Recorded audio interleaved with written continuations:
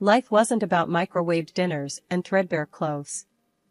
I used to be designer clothes every week, vacations wherever I wanted, kind of rich. Dad, the tech guru with a Midas touch, and Mom, the design was who made every LitaCorp gadget a must-have. They were loaded.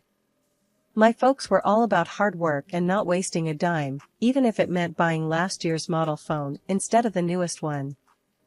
Then, everything went dark at 14. One afternoon, while I was arguing with Sarah, my best friend at the time, about who got the front seat for the movie, Don't Judge, 2 police officers showed up at our door. Their faces were grim, and the words they spoke felt like a punch to the gut. Plane crash, Pacific Ocean, no survivors. My parents were gone. The world became a blur of tear-stained faces and endless paperwork. School wasn't any better. Kids who used to fawn over my designer bags now avoided me like the plague. Sarah, the best friend, ditched me faster than yesterday's news. The only good thing was Nana, Dad's mom. She lived in a tiny house, a haven of comfy furniture and the delicious smell of freshly baked cookies. Nana welcomed me with open arms. Your parents raised a strong, independent girl. You'll be all right, sweetheart. Nana became my confidant, the only one who understood the emptiness gnawing at me. One day, after a fight with my former rich friends, I found Nana in her garden, surrounded by vibrant sunflowers. Tears pricked my eyes as I blurted out, "Why'd my parents lock everything away, Nana? It's not like I'm gonna blow it all on, like a diamond-encrusted poodle." Nana chuckled, a dry sound. "They knew you, honey. Knew you were special. They wanted you to learn about life, the real life, not some fake world built on money. Trust me, when you turn 25, you'll be ready."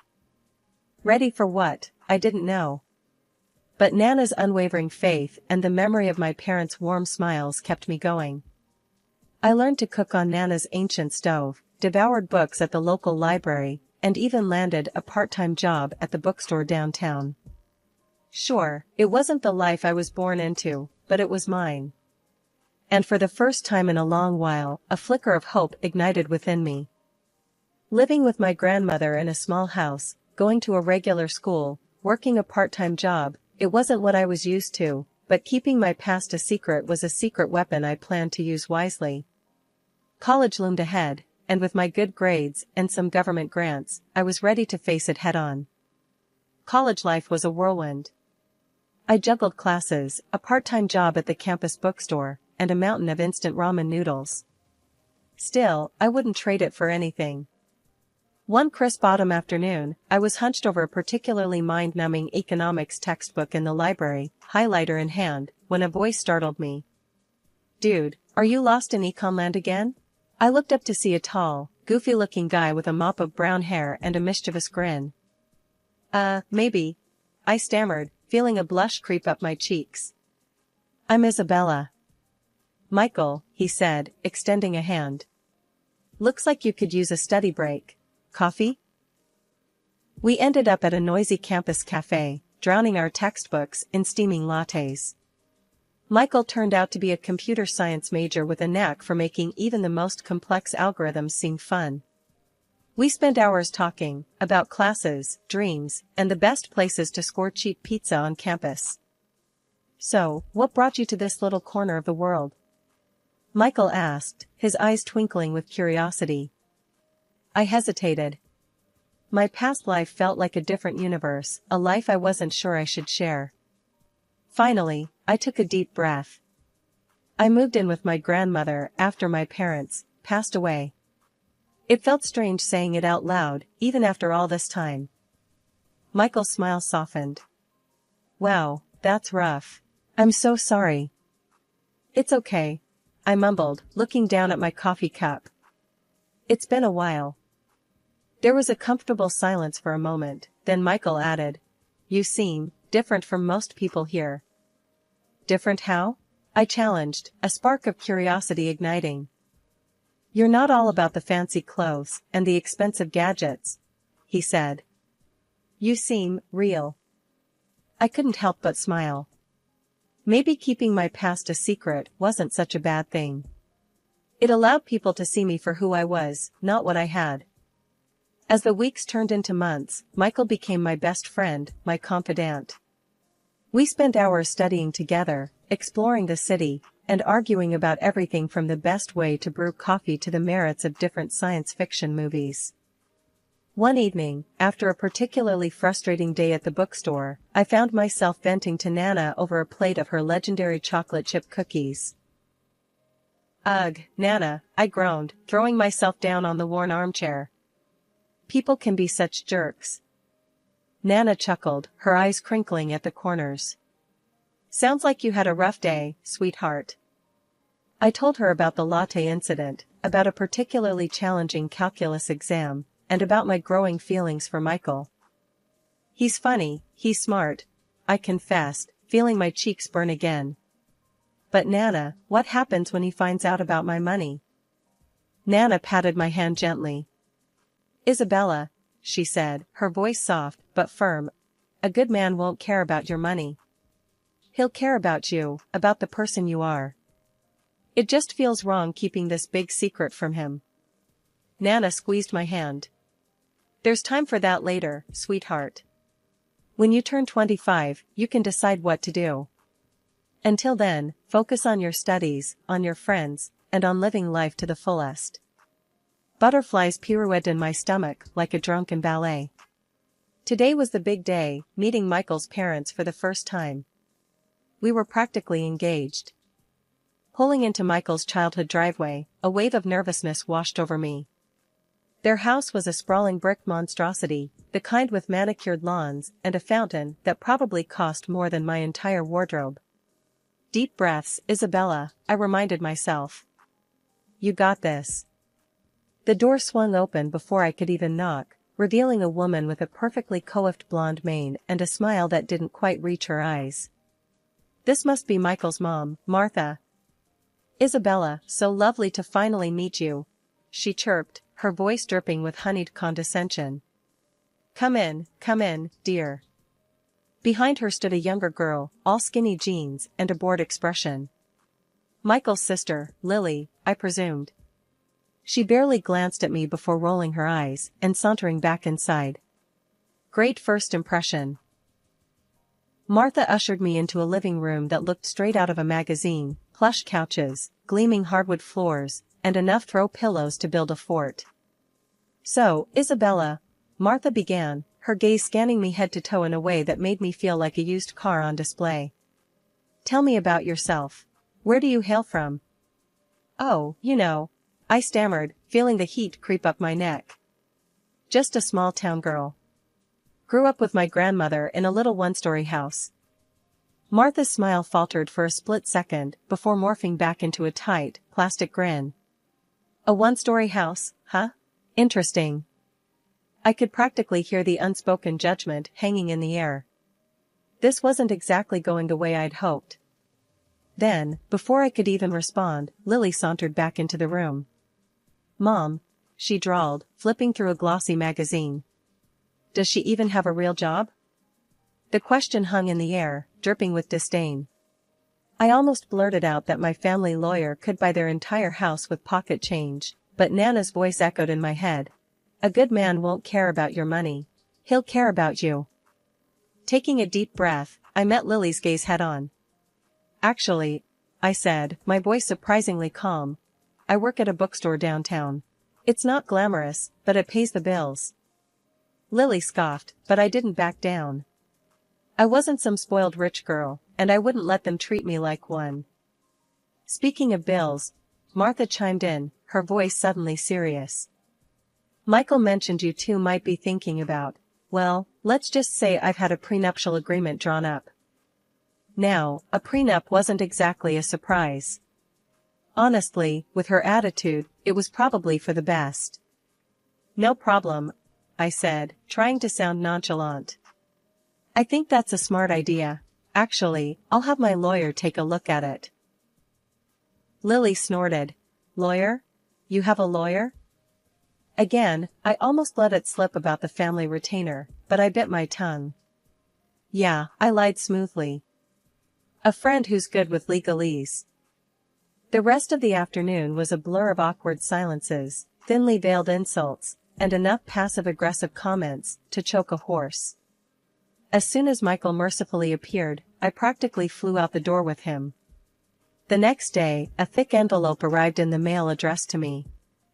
Inside, a document with fancy lettering proclaimed it to be the prenuptial agreement Martha had mentioned. Skimming through it, it seemed straightforward enough, a division of assets acquired during the marriage, the usual boilerplate stuff. My heart hammered in my chest, during the marriage. This was exactly what worried me. I called my actual lawyer, the one Nana had recommended years ago, and explained the situation. He chuckled after hearing about the prenup. "They're barking up the wrong tree," he assured me. "This agreement only applies to assets acquired during the marriage. Your inheritance is separate and wouldn't be affected by this in the slightest." Relief washed over me. "So, what do I do?" "Simple," he said. "Sign the darn thing. It doesn't hurt you, and it might put their minds at ease. Besides, you know what they say, keep your enemies close." A slow smile spread across my face. Maybe this whole thing wasn't so bad after all. In fact, it might be a little fun to play along with their misconceptions for a while. The wedding wasn't a lavish affair at a swanky hotel, but it was perfect. We said our vows under a canopy of fairy lights in Nana's backyard, surrounded by close friends and family. It was simple, elegant, and filled with love. Everything I ever wanted. But as the saying goes, no wedding is complete without a little drama. And drama arrived in the form of Lily, Michael's heavily made up, heavily inebriated younger sister. A few glasses of champagne in, Lily decided it was showtime. In the middle of a toast, she slurred out accusations that would make a sailor blush. "She's after his money," she shrieked, pointing a shaky finger at me. "She doesn't know the first thing about manners, or class." My cheeks burned, but I held my tongue. Michael, however, did not. He marched over to her, his voice low and dangerous. "Lily, shut your mouth. Right now." Lily just scoffed and shoved him away. "Don't touch me. You're both fools. She's just a gold digger." That was it. I'd had enough. Ignoring Michael's pleading look, I whipped out my phone and dialed the police. "We have a situation here," I said calmly, explaining the scene. The party came to a screeching halt. Michael's mom turned a shade of purple, and guests exchanged stunned whispers. By the time the police arrived, Lily was sprawled on a lawn chair, muttering incoherent threats. The rest of the night was a blur. The police took Lily away, vowing to talk to her in the morning when she was sober. Michael apologized profusely, his face etched with shame. His mom, however, were a different story. Martha glared at me like I'd personally insulted the queen. "You've disgraced this family," she hissed, her voice tight with fury. "Now the press will have a field day with this." Honestly, I didn't care. Their family drama? Not my problem. In fact, the prospect of less Martha in my life was kind of appealing. 2 years flew by in a blur of designer shopping sprees, fancy dinners, and a growing emptiness in the pit of my stomach. The cracks in our relationship, once hairline fractures, had widened into gaping chasms. Michael, the charming, attentive man I fell in love with, seemed to have vanished. In his place stood a stranger, a workaholic with a bottomless pit for money and a vocabulary increasingly laced with his mother's venomous barbs. He'd stay late at the office, returning home well past midnight, reeking of expensive cologne and a vague dissatisfaction that hung heavy in the air. One evening, as he scoffed at my suggestion for a cozy night in, a familiar phrase slipped from his lips. "Honestly, Isabella," he drawled, "sometimes I wonder if you understand the beauty of big money." It was Martha's voice echoing through his, a cold, condescending sneer disguised as playful teasing. My blood ran cold. The urge to blurt out the truth, to reveal the hefty inheritance waiting for me on my 25th birthday, was a constant itch under my skin. But Nana's words always rang in my ears: true love doesn't need money to survive. So I swallowed the truth, the bitter pill lodged in my throat. Desperate to salvage our crumbling marriage, I brought up the topic of children. Maybe it's time we started a family, I suggested tentatively, a hopeful smile plastered on my face. Michael's response was like a slap in the face. A kid? Seriously? He scoffed. Don't you think that's a bit convenient? Trying to trap me here with a baby? His words echoed in the silence, each syllable dripping with suspicion. He was repeating his mother's twisted narrative, turning my desire for a family into a manipulative ploy. However, after a couple of months I threw myself into planning Michael's birthday party with a fervor bordering on desperation. It was a desperate attempt to recapture the spark, to remind him of the happy couple we once were. I envisioned a lively gathering, filled with laughter and good company. Maybe, just maybe, it would reignite the flame that seemed to be flickering out. I sent out invitations, meticulously crafting a guest list that included all his friends, colleagues, and with a heavy heart, his mother and sister. In my heart of hearts, I hoped they'd decline. Their presence was guaranteed to inject a healthy dose of drama into the celebration, which was the last thing I needed. The day arrived, a perfect blend of sunshine and warmth. The house buzzed with activity as friends streamed in, bearing gifts and good cheer.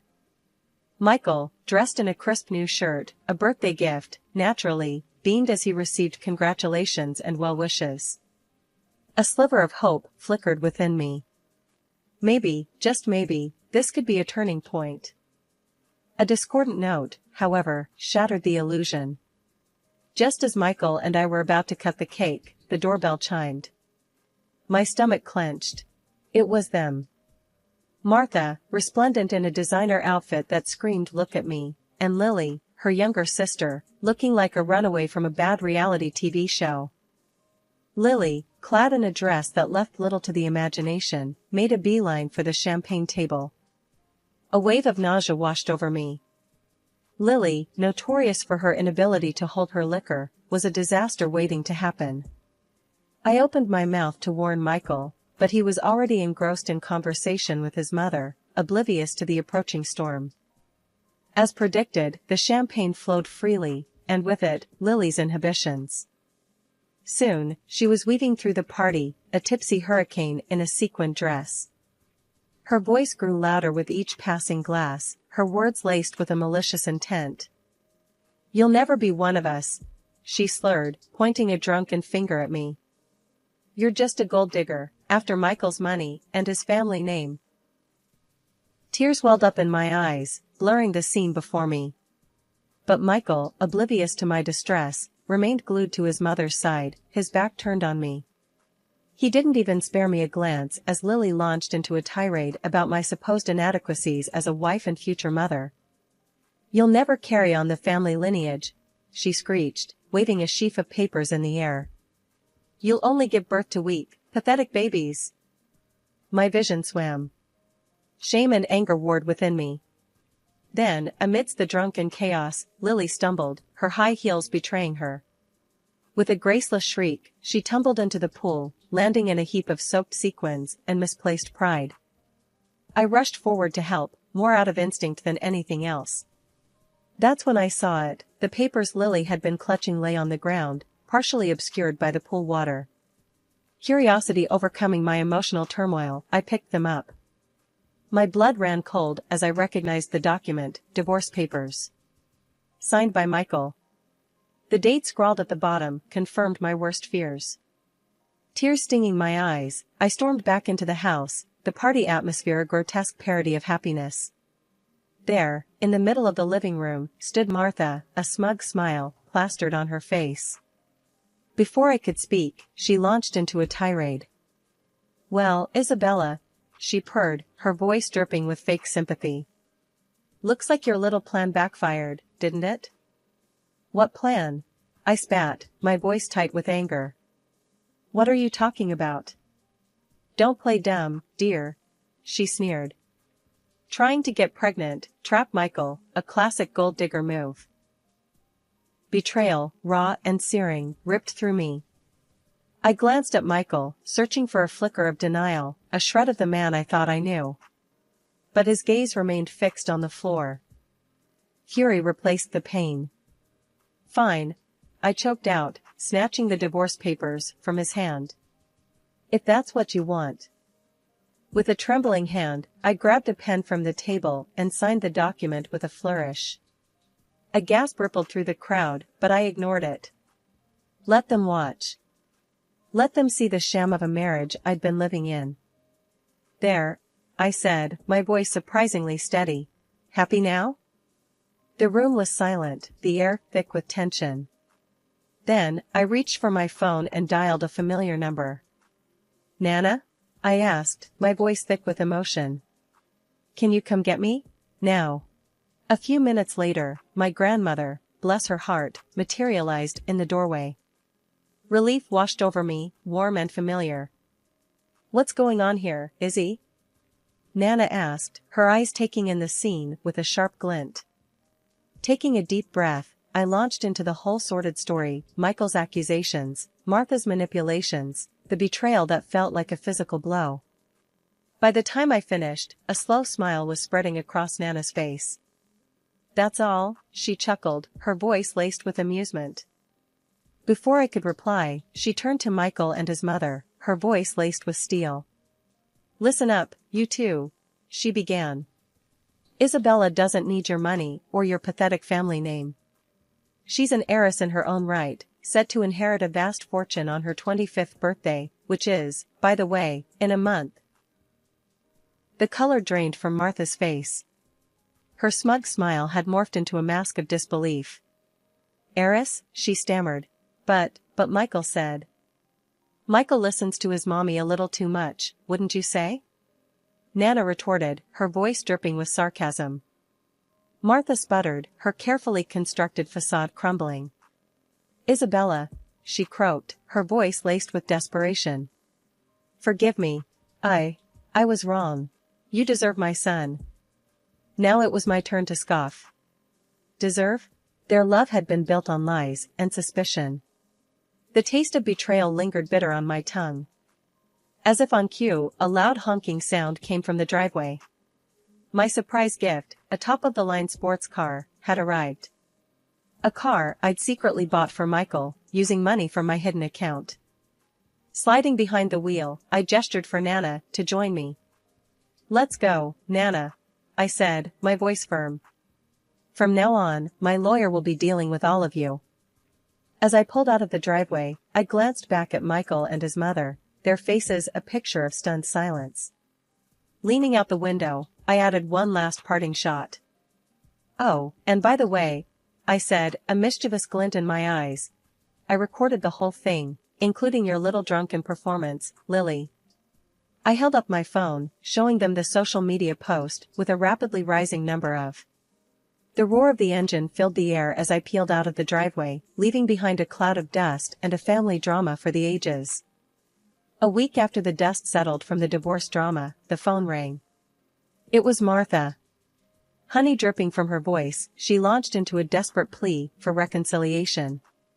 Apparently, Michael was lost without me, and they both wanted me back in their perfect little family. I cut her short. Thanks for the offer, Martha, I said, my voice cool. But the damage is done. Move on. Then came Michael. He showed up at my doorstep, looking like a kicked puppy in a Brioni suit. A sob story about his manipulative mother and his undying love for me tumbled out of his mouth. Yeah, right. Spare me the crocodile tears, Michael, I said, my voice laced with steel. Actions speak louder than words. You had your chance. He hung his head, defeated. There weren't any grand gestures, no groveling or apologies worth a damn. Just another attempt at manipulating me back into his life. Goodbye, Michael, I said, shutting the door firmly. Nana and I remained in our cozy little house on Maple Street. Forget mansions, this place held memories, laughter, and the comforting aroma of Nana's famous apple pie. My 25th birthday arrived, ushering in a tidal wave of wealth. The inheritance was staggering, more money than I could ever dream of spending. But luxury cars and designer clothes held no appeal. Instead, I channeled that wealth into something meaningful. The Isabella Foundation, dedicated to my beloved parents, was born. This foundation offered a lifeline to people struggling financially, a way up from the quicksand of debt and hardship. It was my way of giving back, of making a difference in the world. Running the foundation kept me busy, but it was the most rewarding work I'd ever done. Reading success stories, witnessing the hope blossom in people's eyes, that's what fueled me. The sting of betrayal had faded, replaced by a quiet satisfaction.